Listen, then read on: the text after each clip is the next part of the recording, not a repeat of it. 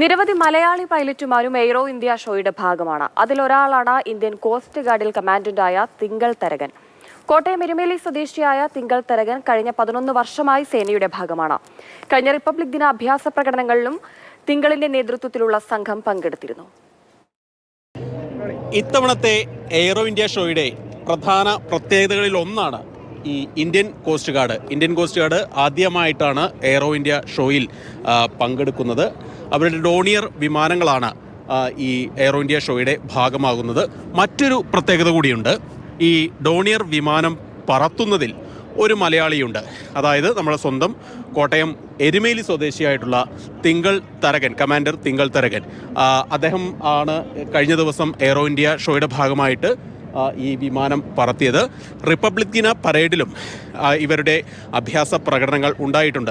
50 വർഷത്തിലേക്ക് കടക്കുകയാണ് ഈ ഇന്ത്യൻ കോസ്റ്റ് ഗാർഡ് ആദ്യമായിട്ടാണ് എയ്റോ ഇന്ത്യ ഷോയിലൊക്കെ പങ്കെടുക്കുന്നതും. ഏതായാലും ഈ പുതുതലമുറ വിമാനങ്ങൾക്കൊപ്പം ഇത്തരം വിമാനങ്ങൾ കൂടി അഭ്യാസ പ്രകടനത്തിൻ്റെ ഭാഗമാകുന്നു എന്നുള്ളത് ഇത്തവണത്തെ ഒരു പ്രത്യേകതയാണ്.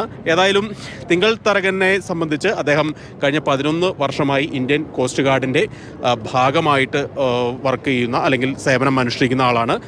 ഇപ്പോൾ ദമൻ ബേസിലാണ് അദ്ദേഹം ജോലി ചെയ്യുന്നത്. നിലവിലേതായാലും ഈ ഡോണിയർ വിമാനത്തിൻ്റെ അഭ്യാസ പ്രകടനങ്ങൾ ആളുകളെ വല്ലാതെ ആകർഷിക്കുകയൊക്കെ ചെയ്തിട്ടുണ്ട്. നിലവിൽ അദ്ദേഹത്തിന് പരിമിതികൾ മൂലം, അതായത് ഈ സേനയുടെ ഭാഗമായിട്ടുള്ള പരിമിതികൾ മൂലം അദ്ദേഹത്തിൻ്റെ ഒരു പ്രതികരണം നമുക്ക് ലഭ്യമായിട്ടില്ല, അല്ലെങ്കിൽ ലഭ്യമാക്കാൻ സാധിക്കില്ല. നിലവിലേതായാലും ഈ ഡോണിയർ വിമാനങ്ങൾ ഇതിൻ്റെ ഏറ്റവും പ്രധാനമുള്ളത് നമ്മുടെ കടലിലെ സുരക്ഷ അത് പ്രധാനമായും ഉറപ്പിക്കുക.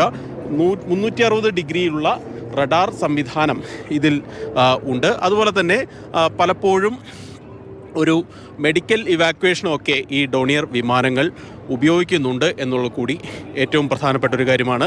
ഈ കടലിൽ ഉള്ള നാർക്കോട്ടിക്സ് വേട്ട, അതായത് മയക്കുമരുന്ന് വേട്ടയ്ക്കൊക്കെ അല്ലെങ്കിൽ അതിനൊക്കെ കണ്ടെത്തുന്നതിനൊക്കെ ഈ വിമാനങ്ങൾ ഉപയോഗിക്കുന്നുണ്ട്. അതിന് ഒരു മലയാളി ചുക്കാൻ പിടിക്കുന്നു എന്നുള്ളത് നമ്മളെ സംബന്ധിച്ച് വളരെ ഒരു ശ്രദ്ധേയമായിട്ടുള്ള അല്ലെങ്കിൽ അഭിമാനിക്കാവുന്ന ഒരു കാര്യം തന്നെയാണ്. ഏതായാലും ഈ വിമാനങ്ങൾ എയ്റോ ഇന്ത്യ ഷോയുടെ കഴിയുന്ന ദിവസം വരെ 14 തീയതി വരെ ഇവിടെ ഉണ്ടാകും. അതിൻ്റെ അഭ്യാസ പ്രകടനങ്ങളൊക്കെ ഉണ്ടാകുകയും ചെയ്യും. ബംഗളൂരുവിൽ നിന്നും KB ശ്രീധരൻ, മാതൃഭൂമി ന്യൂസ്.